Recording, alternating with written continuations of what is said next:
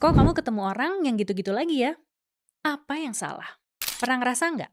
Kok orang yang kamu suka tuh selalu berujungnya sama? Misal, sama-sama susah diajak komitmen. Atau sama-sama tantruman. Ini bukan kebetulan loh. Dalam psikologi, istilah ini disebut repetition compulsion. Kita punya kecenderungan buat menarik atau mentoleransi orang yang terasa familiar. Bukan familiar dalam artian yang baik ya, tapi familiar karena kamu terbiasa dengan polanya. Misal, kalau kamu dari kecil biasa beresin masalah orang lain, jadi penengah, jadi andalan, kamu mungkin tanpa sadar tertarik sama orang yang butuh diselamatkan. Rasanya familiar, rasanya kamu jadi punya purpose.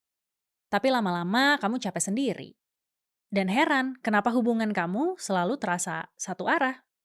Nah, gimana caranya break dari pattern ini? Pertama, notice dulu. Lihat balik hubungan atau orang-orang yang pernah bikin kamu tertarik. Ada benang merahnya nggak? Bukan dari tampangnya aja ya, tapi dari cara mereka nge-treat kamu. Kedua, kenali bedanya familiar sama safe.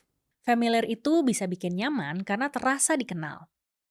Safe itu bikin kamu tenang, karena kamu nggak perlu curigaan terus atau insecure terus. Dan ini dua hal yang berbeda banget. Ketiga, toleransi kamu perlu diaudit.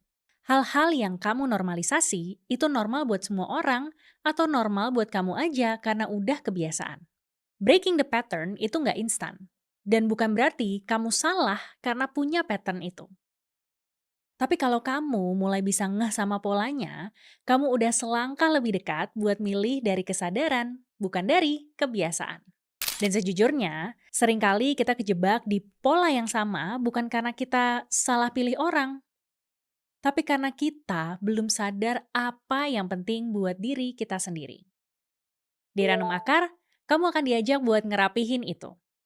Untuk kenal sama value kamu, kebutuhan emosionalmu, biar kamu gak cuma aware sama polanya, tapi juga punya kompas yang lebih jelas waktu memilih. Save ini buat refleksi pelan-pelan dan share ke teman yang butuh dengerin ini juga ya.